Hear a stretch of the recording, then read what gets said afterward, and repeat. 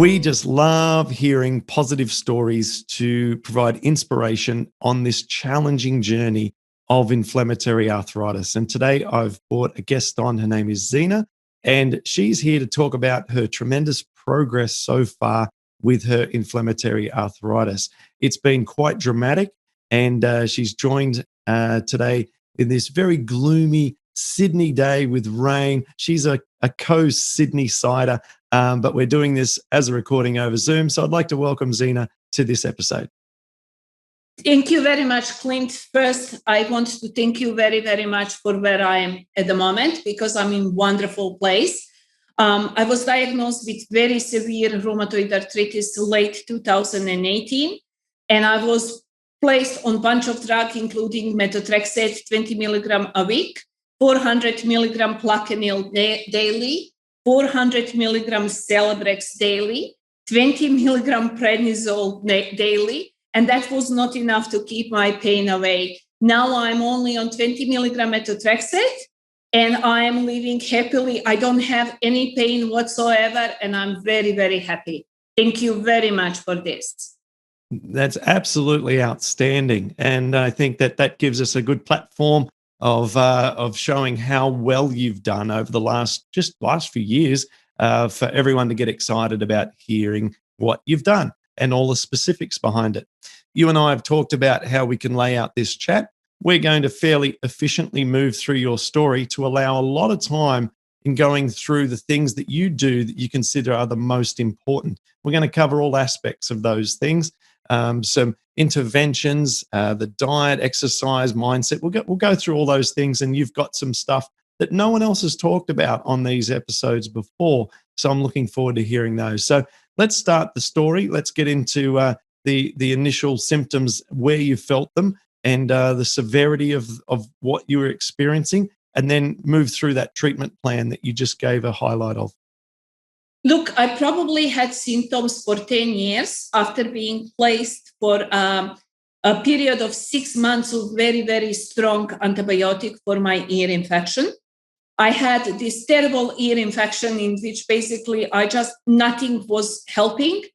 I begged the doctors, the surgeon, ENT surgeon, everybody to, take a swab and work out what is going on inside of my ear, so that I know what I'm dealing with, because they kept prescribing me all these broad spectrum antibiotics and nothing helped. So after about 6 months, I've destroyed my gut. I started seeing naturopath. I started seeing everybody. Nothing helped. I spent thousands of dollars basically chasing one specialty after another, just to kind of be disappointed over and over again. And then basically the symptoms started happening. I would have a little pain in the shoulder that would last 2 days, and I would have pain in a hip that would last 2-3 days, pain in a knee. And all these pains would kind of come and go. So I never kind of take it seriously. I just thought I slept badly, or I lifted something too heavy. And, so I never took that seriously, that I could have, potentially rheumatoid arthritis coming to hit me. Then in December 2017, I had a fall, and basically I fell on my left knee, and my knees got a little bit swollen, nothing like majorly, but it hurted like hell. And I went to JP. He just thought that it's osteoarthritis. He said, you're coming to age that basically osteoarthritis is setting in. Just, put cold pack, ice pack, that's it. So by mid of January, or by end of the January 2018, my finger started swallowing. And basically this was the first sign that something is severely wrong, It's the first time that I took it kind of seriously. What was really strange for me, no Australian doctor, although they are the best in the world, even suggested that it could be rheumatoid arthritis. They just said, it might be something. Actually, my best man, who is pulmonary surgeon back in Yugoslavia, said to me, I think it's rheumatoid arthritis. Go and check your blood results. So then I had to find GP who will run specific tests. Anyway, to cut long story short, rheumatoid factor was found in my blood, and I saw first-time rheumatologist sometimes at the end of March. And she said to me, this is nothing. You have palindromic rheumatism. This just comes and goes. Just take Celebrex whenever you have attack for a couple of days. And basically, let's hope that will disappear. I said to her, is this going to go into rheumatoid arthritis? Because obviously I have rheumatoid factor. And she said, oh, yeah, there is a chance. But a lot of people, they never progress to that bad stage.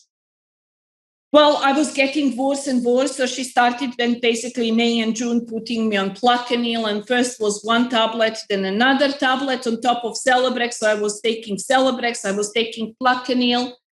By the end of June, I had to have surgery on my ear because my ear started playing. And I was asking, is this connected? And they say, no, it's not, So anyway, basically, to make long story short, at end of September, finally, she agreed to send me for the whole body scan.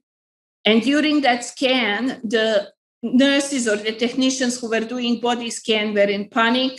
Were asking me for permission to take extra x-rays of my spine because they saw a lot of inflammation in my spine, but they were not telling me. But like I saw panic on their face, which prompted me to search for another rheumatologist, And also I had then surgery on my ear, which meant more antibiotic. And even during that surgery, I begged the best surgeon here in Sydney. I said to him, can you please take the swab when you're going inside of my ear? Can you take the swab for pathology? I need to find out what is basically going on. Oh, no, we don't do that. Nothing. It will be just broad spectrum antibiotic. That was, again, just broad spectrum antibiotic. Anyway, so basically I went to and found a second guy in Chatswood. And he basically just took one look at me and he said to me, you are severely sick. Like, this is the first time in almost a year that somebody acknowledged that I'm sick. So he immediately put me on 20 milligram methotrexate and added 20 milligram prednisone daily with the aim that I will taper prednisone and Celebrex down as methotrexate kick in. But he also said one sentence that stuck in my mind. He said, I need to keep Plaquenil and methotrexate because you need to be 6 months on 2 tablets and fail 2 tablets in order for me to prescribe you Humira. And that scared the hell out of me. That scared the hell more than the fact that I had rheumatoid arthritis. That scared the hell out of me. I was in massive pain. I was suicidal. I didn't know where to go from there. I was basically asking my husband to buy me an Ambutal so that I can just finish myself. Oh, wow. Yeah, it was that bad. My hands were triple in the size. Like, they were not individual joints that were joined. By that stage, it was just everywhere. And it was just like, whole hands like this swollen. So basically that was, I think, October 2018. So I started researching what else I could do.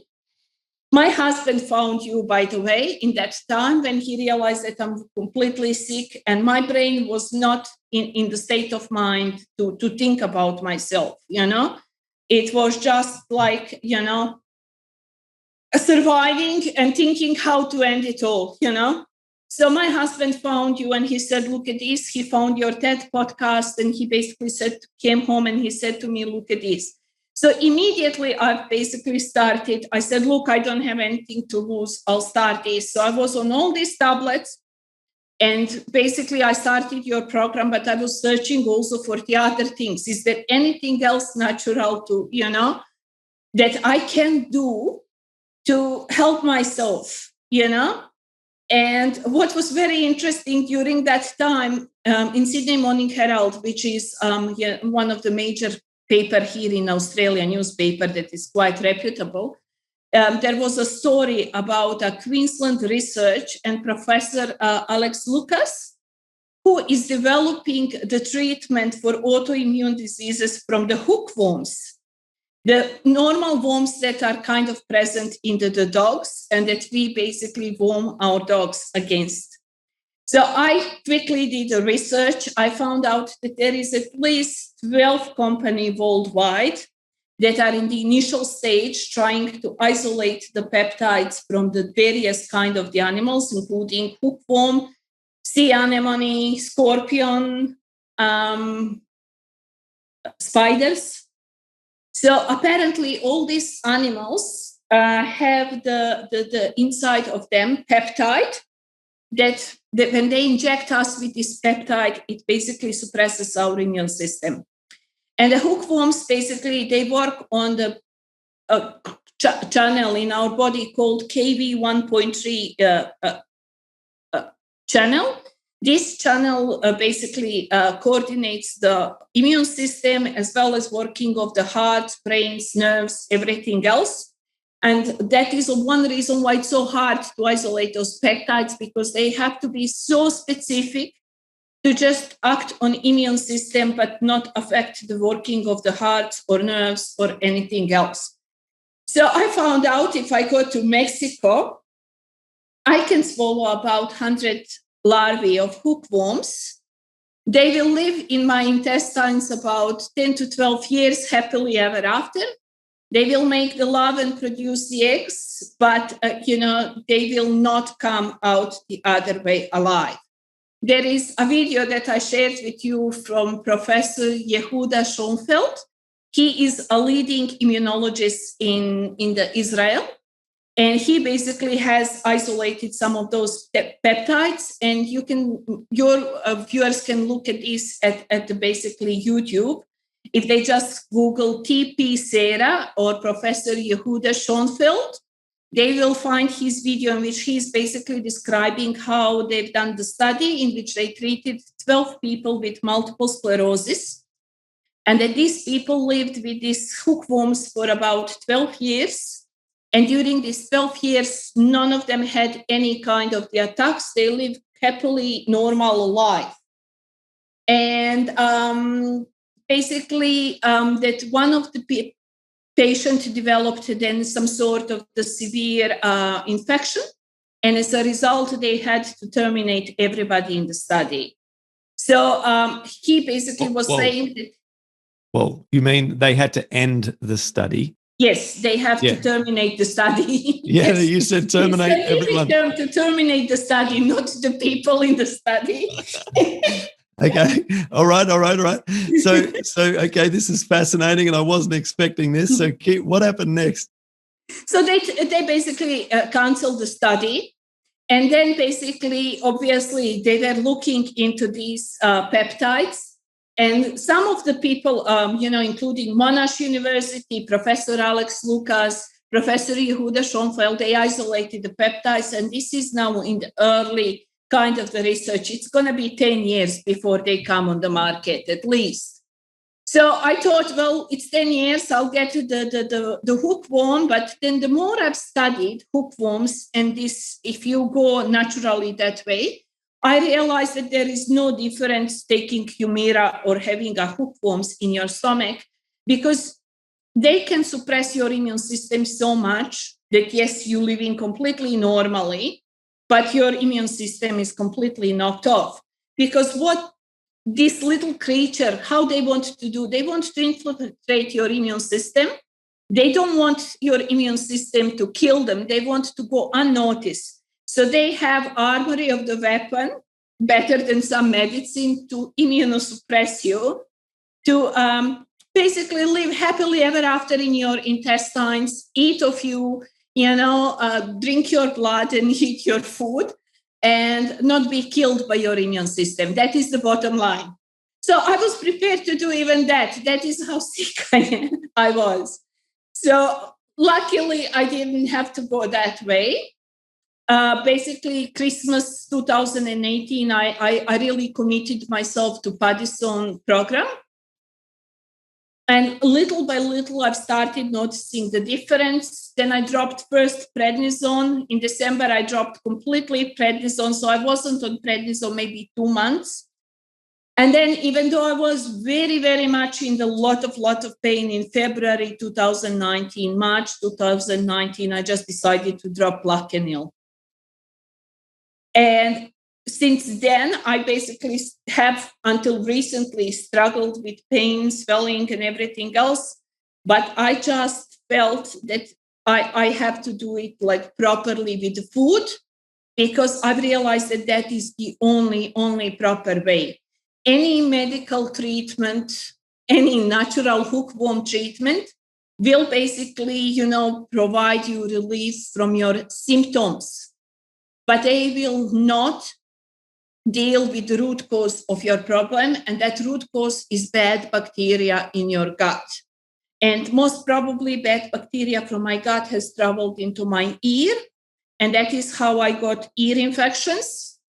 And then antibiotic and everything else just basically complicated the things. So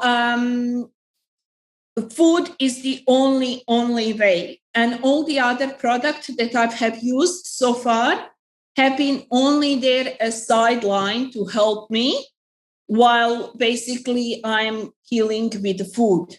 Because food is the only thing that will feed your good bacteria. So the choice of the food you make is, or your clients or your people on PPE program, this is the most crucial thing. Everything else is side, So when I talk about the food, what choices do you have to make? It's basically a lot of greens, tons of greens. I today go probably through the 8 or 9 serves of greens a day. Broccoli is extremely important because it has a product called sulfamides. These products are basically extremely important in preventing autoimmune diseases as well as cancer, and they are used in the signaling of the nerves.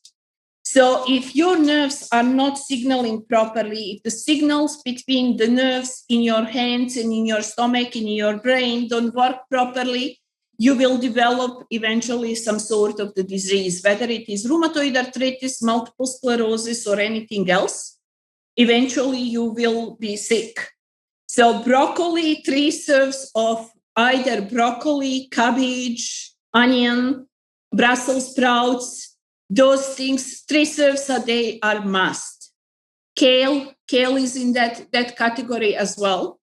And then basically spinach and green salads, another 3 serves.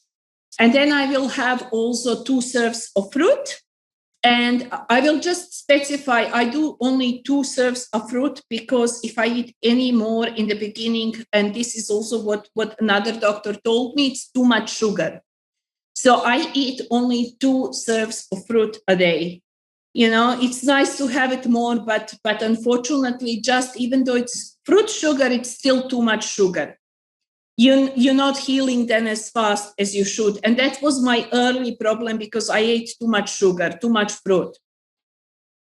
So basically, that is the food that I eat mostly. 80% of my food is raw and greens.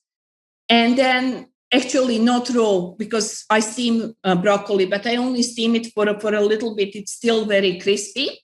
And then I eat, quinoa, buckwheat, rice, lentils, beans, sweet potato, those kind of the stuff for the remaining, just to basically have the calories. Perfect. So I've been on PPE diet alone between December 2018 and probably the March 2020, when I first time saw Dr. Kate. Just explain Dr. Kate, who that is. Yeah. Well, I saw first the podcast that you've done with Brooke in Newcastle. That podcast is great. People can go and rewatch it because she really gave a lot of good information. So in that podcast, I've heard about this unusual doctor who does unusual things. And basically, she successfully helped Brooke deal with her rheumatoid arthritis. So I thought, well, if she helped Brooke, I should go.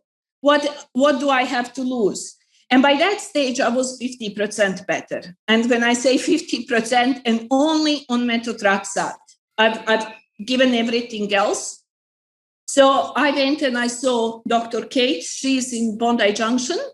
She's alternative doctor. She's GP by profession, but she also has a College of Natural Medicine. So she basically can prescribe methotrexate and everything else, but she also basically, her preference is to treat her patient with food and with natural products.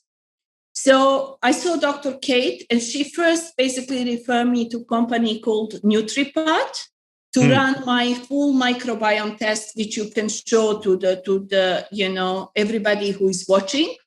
I bring that up now if you like. Is there some specifics about it that you wanted to talk about? Like, are there some certain microorganisms that were addressed that you want me to highlight on the screen? Yes. Okay, let me bring it up now. Now. Yeah, I'll bring it up now.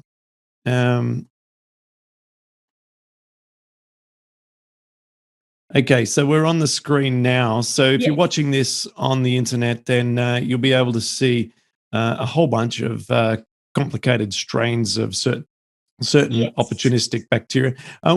Which would you like me to show? Because if you go a little bit down where your pointer is, down there here, is a little bit up. Yep, that one. Yes, that one, Citrobacter frundi.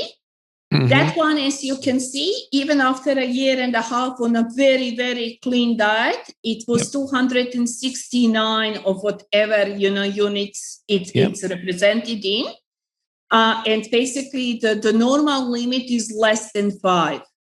So, as you can see, that is a severe overgrowth of really, really bad bacteria. And as you can clearly see on the title to that paragraph, it says potential autoimmune trigger. Yep. So that is that one. And also somewhere else, there was another bacteria called Enterobacter. Okay, let me see if I can bring that up. There is this one here. No, that one was not. Those aromas, apparently, they can cause diarrhea, but that was not, the... Here, Enterobacter. Yes, Enterobacter species. It's a normal bacteria in the gut, unless it's basically overgrows. And once when it overgrows, it's known to cause rheumatoid arthritis. It's known to cause joint pain. And as you can see, normal level are 1 to 50, and in my case was 230. So this basically test has told me what I'm dealing, told me that I'm not idiot trying to eat the way how I was eating, and basically confirmed that I'm getting better. And God knows what those levels were before PPE program, because by that stage I felt so much better. Right. So this test is, as I said, run in Melbourne. There is a privately owned company called NutriPath. People can go just online and basically book the test themselves. They don't have to have a doctor. When they get their kit to collect their samples, stool sample, they basically can nominate where they want the test results to go. So they send test results simply by email. It's better to have a doctor who knows what it's talking about this, especially like first time when you're doing it, because it can be a bit overwhelming, When I saw this, first time it was very overwhelming. It was like, where do I start now, Yes. So it was very good that I had a doctor who knew what she was talking about. And basically, so when she first time saw me after this test, she said to me that she's going to treat me with oregano oil.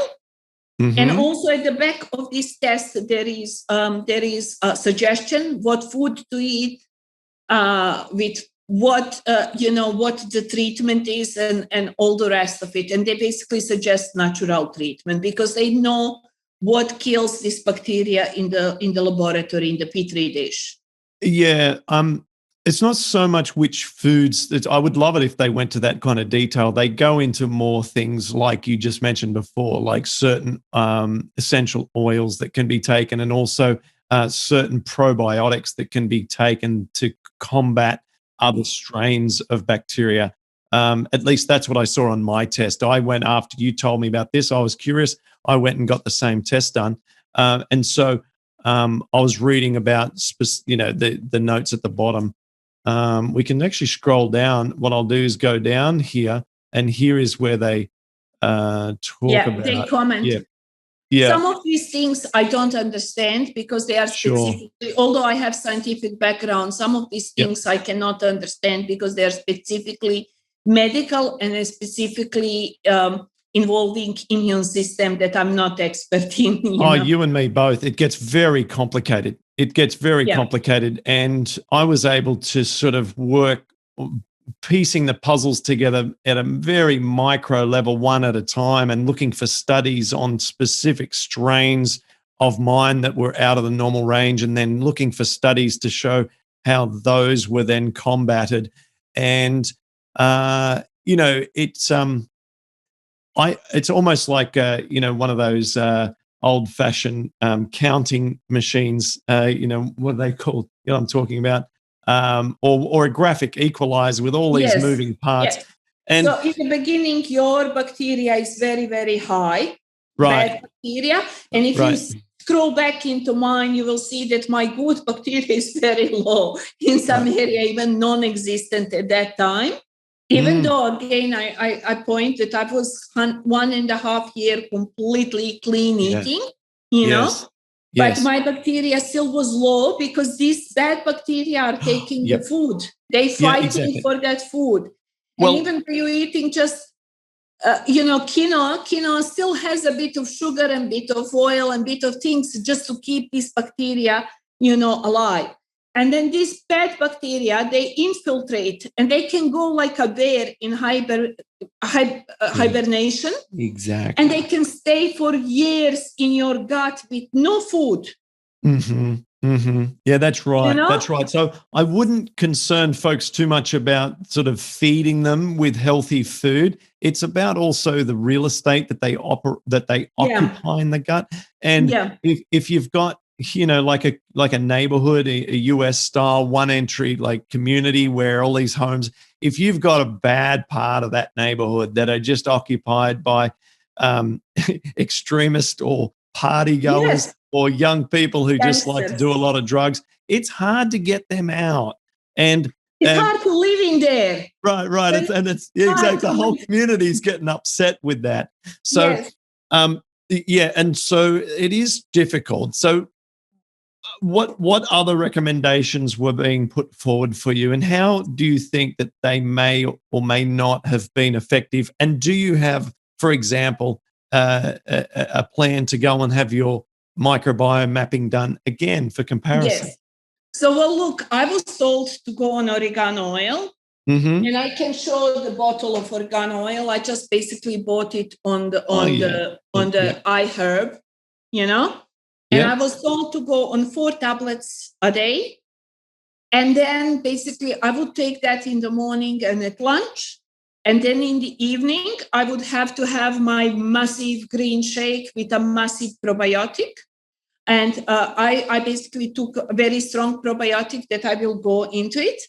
And I was told that with oregano oil, I can only be 2 weeks on and then for a long period of time off. And that is to basically try to bring bad guys a little bit down and allow good guys to overtake. Mm-hmm.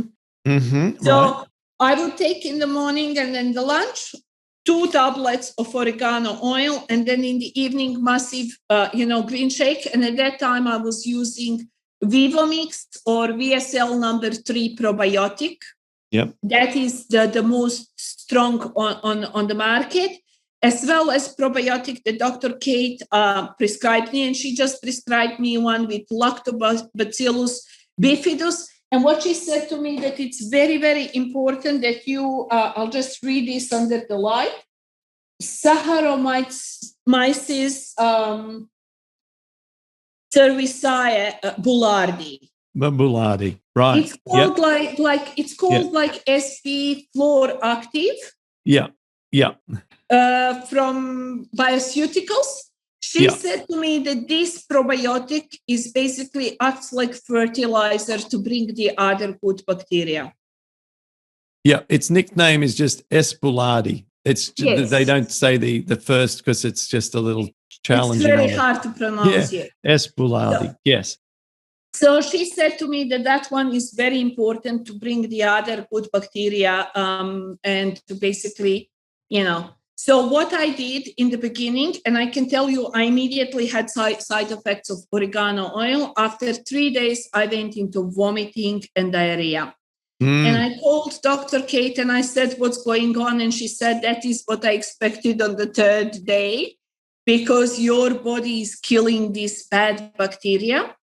And the way to get rid of them is through bringing them up or basically passing them down. Also, whenever I took oregano oil for a couple of hours, I had terrible pain. Like almost instantly as I took it, the pain would start. But what was happening, I was seeing that little by little, my swelling is going down. So the pain was immediate and acute, but then after that session passed, next time you took the same dose, it wasn't quite as severe, and overall you noticed a reduction in symptoms. For a long term was severe. For a long term, it was severe because I was pretty bad. At least for the first 2 or 3 times that I took, oregano oil, the pain was severe for an hour or 2 after I would take the tablets, and then it would basically subside. But I did each time that I took it for 2 weeks, I would feel after 2 weeks a little bit less swelling. So I asked my Dr. Kate, and in the beginning also I have to point out that I would have a pain from spinach shake. I would make spinach shake, and after that I would have massive pain with probiotic, and I would have massive pain. So I asked Dr. Kate, what's going on? And she said to me, when these bacteria die, they basically, when body starts breaking them down, because while they are alive, they infiltrate, and body might not be able even to notice them. But when they start dying, then it's basically that we feel this pain, because then it's basically they're pieces of the dead bacteria floating around, and the body is kind of attacking that.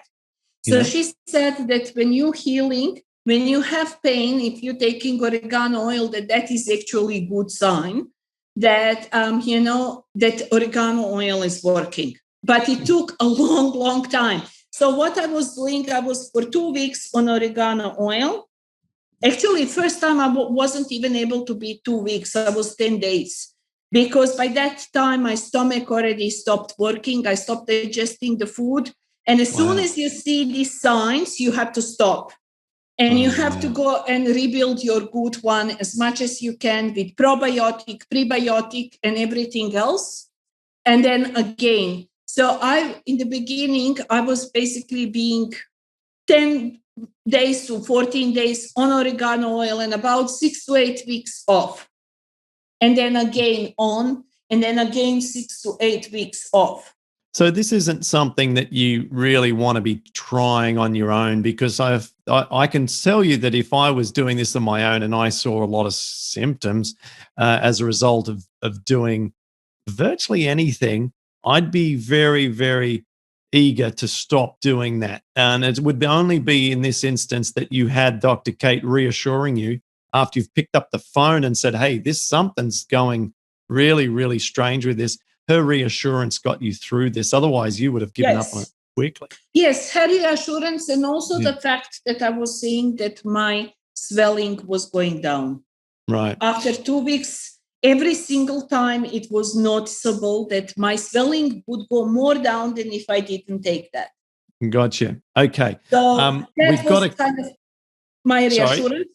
Another thing that I was taking was Moringa. Moringa is gentler. It doesn't it doesn't kill good bacteria to my understanding. I've done a lot of research. So I did 3 500 milligram tablet of Moringa.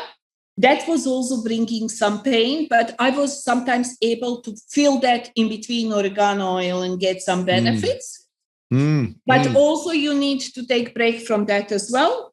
One thing that I was really thinking that it was helping all the time, it's marshmallow root. Marshmallow root is just root. I can show it here on the camera. If maybe something like this.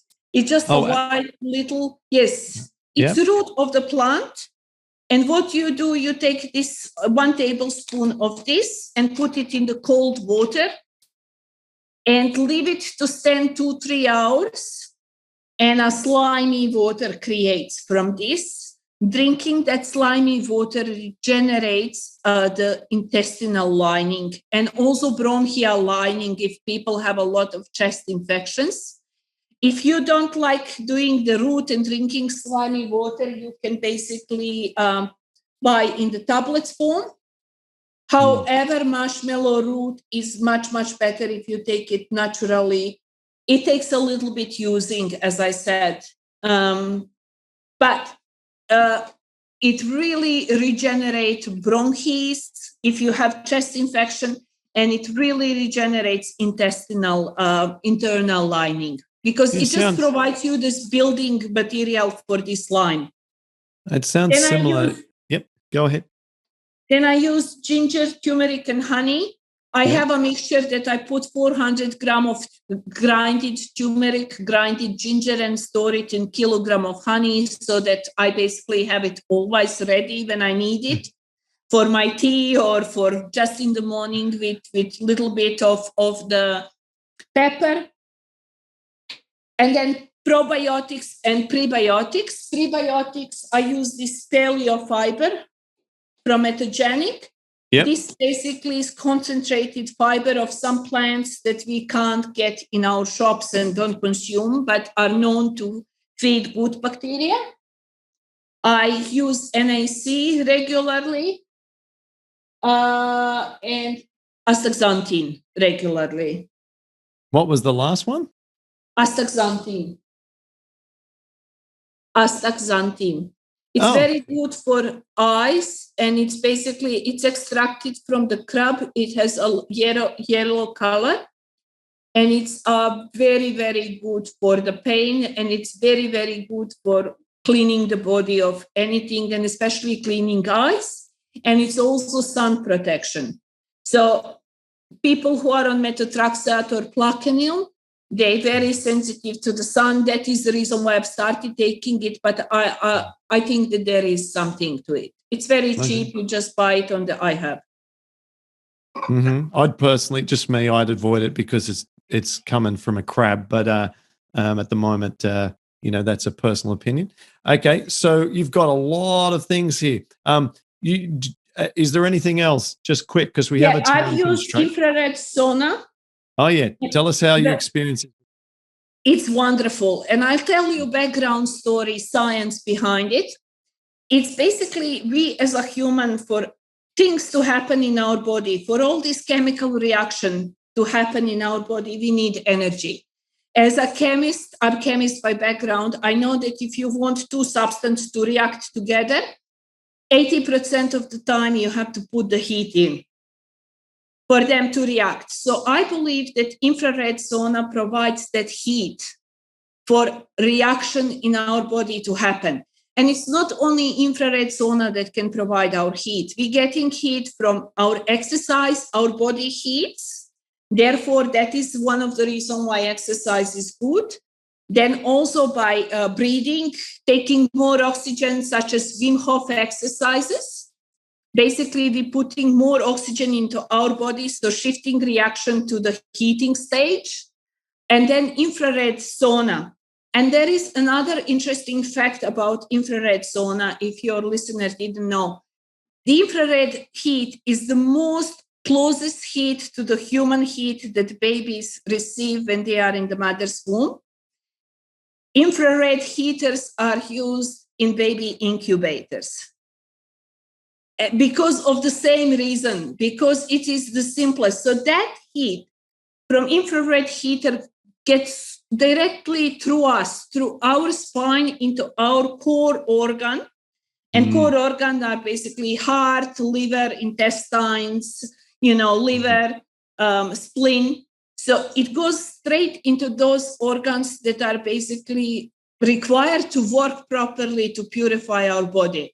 So I think that is a reason why infrared sauna and infrared heat helps a lot of people, because it just simply brings our body to the energized state, in which basically our body can do all this reaction, complex reaction that it needs to do to basically work correctly. So infrared sauna for us, it's really a must.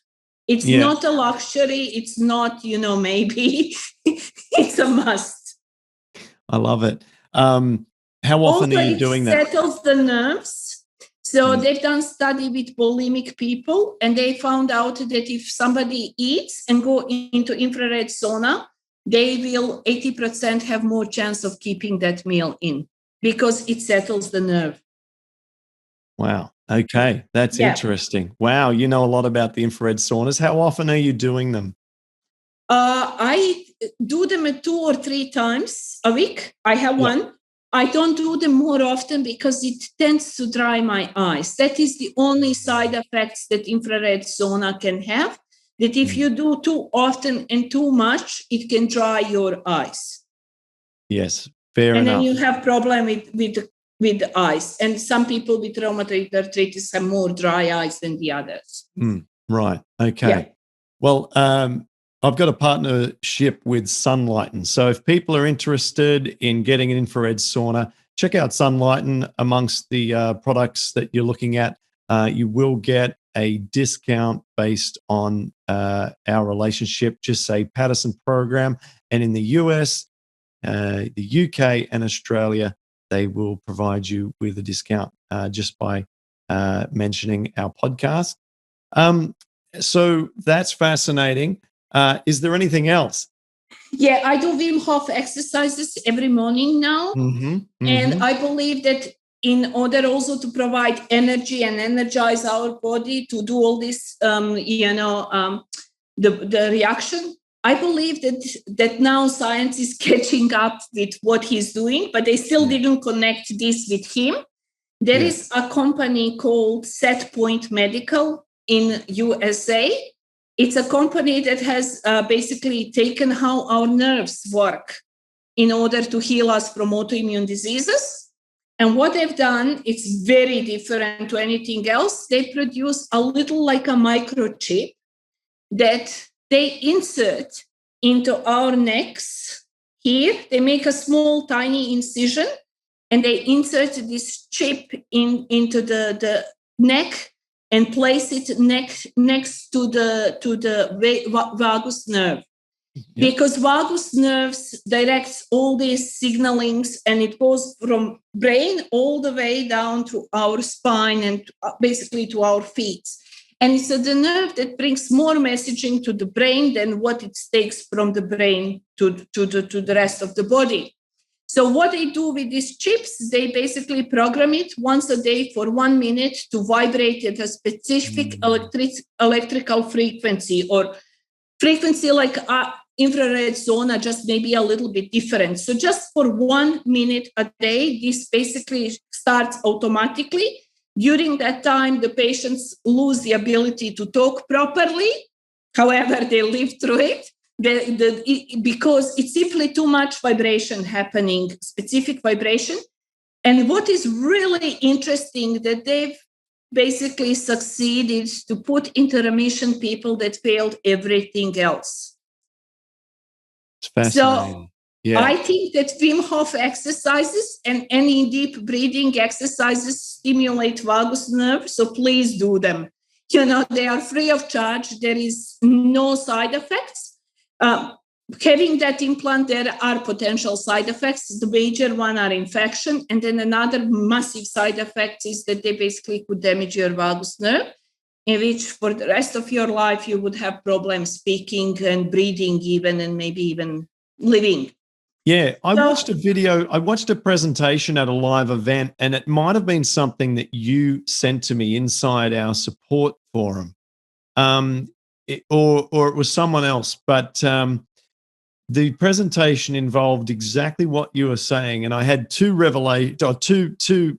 things go through my mind when I was watching it. First of all, wow, this evidence that is being presented by a researcher at a medical conference is pretty much massively endorsing the work of deep breathing, vagus nerve activation, like you're talking about, the sort of stuff that Wim Hof is an expert in. And then the conclusion of that presentation also astounded me, because the solution was, let's all implant these devices into people's necks so they can have vagus nerve stimulation, instead of let's teach everyone how to breathe properly. Yeah, because, there is no money in the free food and free breathing. I know, but isn't it like the conclusion of the presentation? Let's implant everyone. I mean, oh my God. I just like, I'm looking around me. Does anyone else see what I'm seeing here? The madness. But anyway, look. Yeah. However, if anybody is interested, they can go on the Set Point Medical website. They're actually running trials now, because they've done study 1 or study 2 on rheumatoid arthritis on people that failed everything. Basically, the eligibility for the study is that you had to fail everything. And they basically, enrolling people now. However, as I said, Wim Hof exercises are much more safer. Yes, you need to do them for a little bit longer, and it's not convenient that it automatically sets, and goes off for 1 minute. You have to do them, but you're getting probably much, much more benefits, from them. I interviewed Wim Hof several years ago. The location on the internet, if you'd like to watch that episode, is on the Paddison Program website. We're now storing these interviews at www.rheumatoidsolutions.com. But on the Paddison Program website, if you go to podcasts, you will be able to search and find the Wim Hof interview. And for people who just want to get straight into that, if they're not doing it already, and follow his breathing, he has a free app. Just download the app onto your phone, and then you'll be able to follow along. And also on the internet, his YouTube channel, he has guided breathing exercises, which I've followed. There's one that I bookmarked, which was a really good one. And basically, it goes, there's a clock that rotates around from 60 seconds down. You do a whole bunch of fast breathing, and then you hold your breath, and then you do 60 seconds, and then you can calm and relax, and he talks calmly, and then you do it again. And over a 7-8 minute period, you've done all of the breathing exercises, and you feel really, you just feel basically like you're vibrating at a higher frequency once you've done. In chemistry, we say that our atoms and molecules have to be brought from the lower energy state to higher energy state, which means electrons moves upwards, and they get excited in order to basically do what they need to do. That is basically what is happening. So, other than that, I also did a lot of swimming. Lately, I'm not, because it's cold, but I will probably restart on my local swimming pool. And when I go swimming, I'm probably an hour swimming. I don't do any laps or any fast swimming or anything like that. I'm just kind of enjoying myself. But that helps a lot. That helps a lot, especially when it's cold water. The colder water you can bear, the better it is. Again, Wim Hof. And again, I believe that all your nerves are stimulated, because cold water, it just starts that electricity. The body has to start warming you up and start working harder. So that's basically what I've done. Oh, so not much. No, not at all. Not much at all. With all this, I've really, because having scientific background, I've researched the newest method that are coming, the newest gene editing technology, this technology, that technology. They all will work better eventually when they come. However, they will only take away your system. They will not take away this bad bacteria. And this bacteria is like enemy within. It's like a fascist army attacking you from inside. And you have to use every single tool against that bacteria. That bacteria has nuclear armor, and you have to arm yourself to basically with everything you can. These past 3 years have been extremely difficult, but I now see the light at the end of the tunnel. I'm now only on 20 milligram methotrexate, pain-free, inflammation-free. My hands are completely, maybe just a little tiny bit here, if you can see. No. Not really. I feel it a little bit there, but not really much. I'm really waiting to kill really properly, and I'm taking another test to see this bacteria because I don't want to rush because of my ear. That is I honestly believe that it is connected because there are the little bones inside of the ear that can get inflamed. Yeah. Yeah. Hey, So, before we sort of summarize this and wrap up, just on the ear infection, does it ever feel like a TMJ jaw issue, or what? I mean, what? no. How did you know that it was ear infection? What were the symptoms? Well, one day it just my drum broke, and basically the blood and pus came out. Right. And I went to the ENT surgeon, and they told me that this is called ENT toilet. And I had to go basically, it's called ear toilet because it's simply like that bad. Yeah. And they suctioned it, they cleaned it on a daily basis. They put me on this antibiotic, that antibiotic, that antibiotic. They took x-rays, they took CT scans, and basically nothing helped until now. Now I'm basically getting better. Now I'm getting better for real, even with the ear. And this is a really naive question, but why the broad spectrum orally taken antibiotics, and why not locally administered drop antibiotics? Well, they've done even locally administered drops. Nothing helped because this bacteria that I have, this citrobacteria that you showed on my, results, it's antibiotic resistant, and we all have it. So this is the problem with antibiotic. When you take antibiotic, this citrobacteria go, oh, great, this antibiotic, it's my armory against the other bacteria. So this bacteria all the rest of the bacteria is going to be killed, and I can overtake and I can enjoy myself. That is basically what's happened. This bacteria then overgrows into your stomach. It overtakes your intestines, and then from your intestines goes into your other organs, into your joints, into everywhere, until you basically collapse and until you have rheumatoid arthritis or something worse. Well, absolutely fascinating, Xena. This has just been a real, like a fast train of information covering so many things. I've got a whole page of notes here that I've taken on our call. We've covered everything from, eating your greens and broccoli each day and the importance of getting so much of those into you.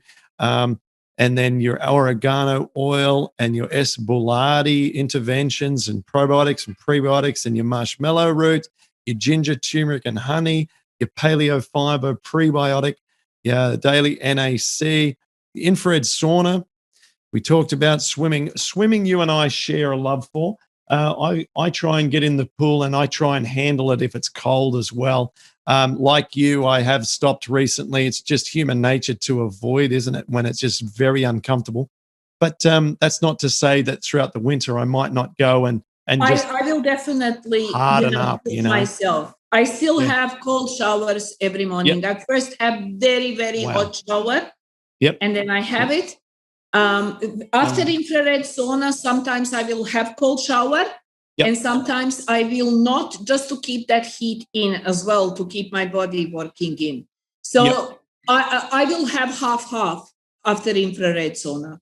Yeah, beautiful. Yeah, when I do Bikram yoga afterwards, I make sure I count to 200 in a cold shower, and that you feel and vibrating and light after doing an hour and a half of Bikram and then the cold. Yeah.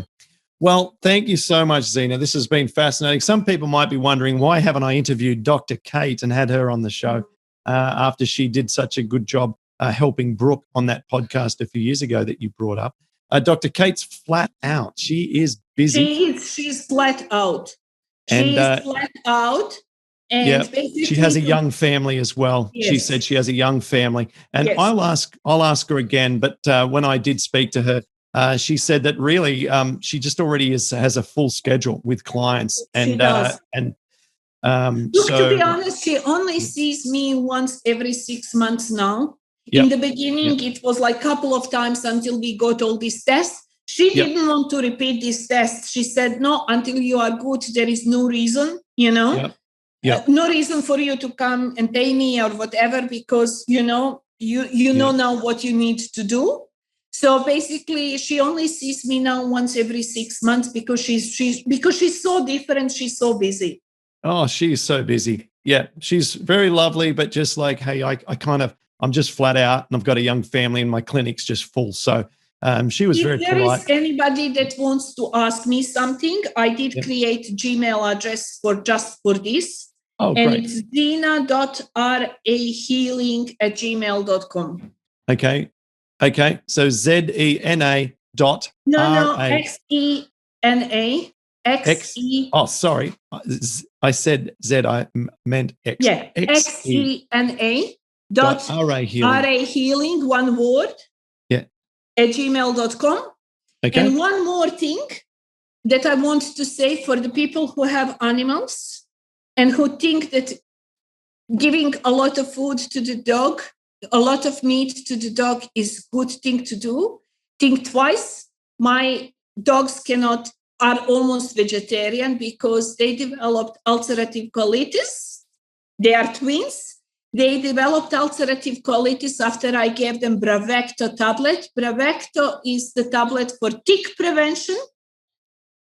It was just for prevention. So first month I gave them, they have little diarrhea. Next month I gave them, they collapsed, both of them. They had so much diarrhea that it reminded me of the story that you ran with Shamiz Shamiz.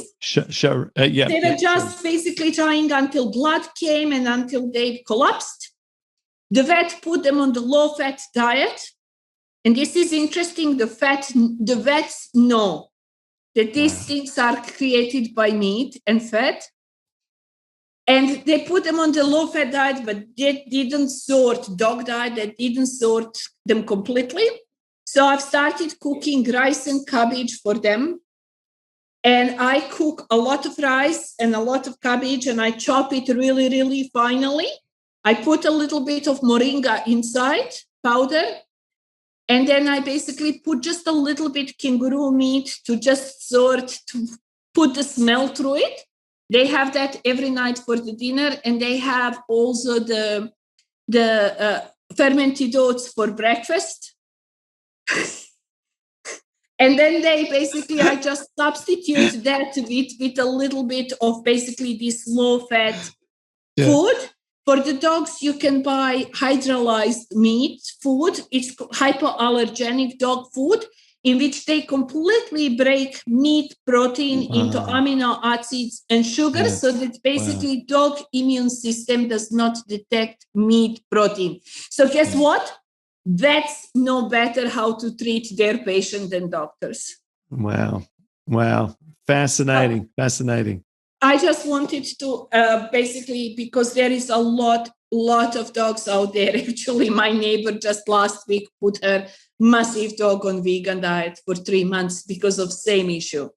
Wow. Well, it's it's all interesting stuff. It's all things that we're learning, and it's all stuff that we have to do to try and make ourselves feel better. And I'm no expert on the pet front, but I'm glad to hear your dogs are doing better, and I'm even more glad to hear that you're doing so well. And I'm very, very grateful for everything you've shared. This has been absolutely amazing. So thank you very much for coming on and sharing all this. I really want to thank you, Clint, because without your program, I wouldn't find any of this. I wouldn't, take this journey that I've taken. So I thank you from the bottom of my heart. Now you see your smiles on my side and not suicide thought whatsoever, So I'm grateful for that. I wish you, to your kids, your wife, a happy and long life. And I wish that all your patients that come on Paddison Program, please join and learn the basics. And please, this is the only way, and you won't miss meat or fat once when you start and once when you feel better. Thank you. Thank you. Thanks a lot. Okay. Thank you. Thank you.